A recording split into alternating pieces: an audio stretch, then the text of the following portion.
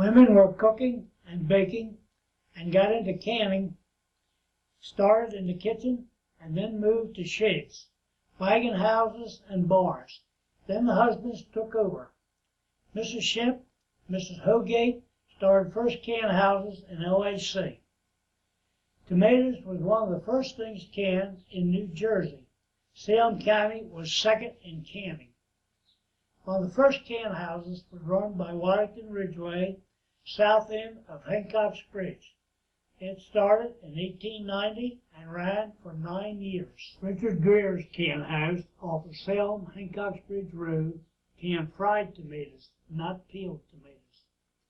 Green Brothers on Main and Poplar Streets in Hancock's Bridge canned tomatoes and later caviar from Sturgeon Row, one of the earliest caviar canners.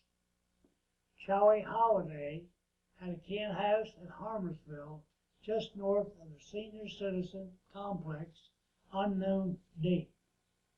Star Brothers had a can house on Front Street near the bridge in Hancock's Bridge and canned for 6 years, canned just tomatoes.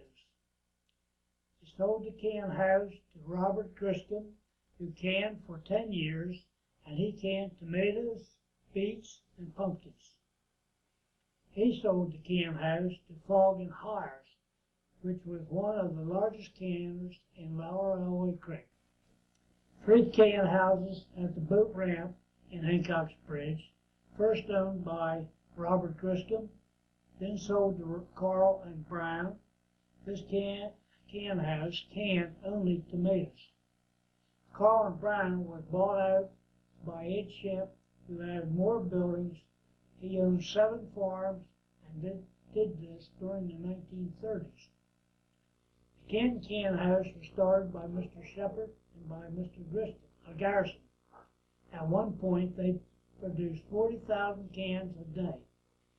126 wagons lined the streets of Canton during a glut. Herman F. Smith canned only pears.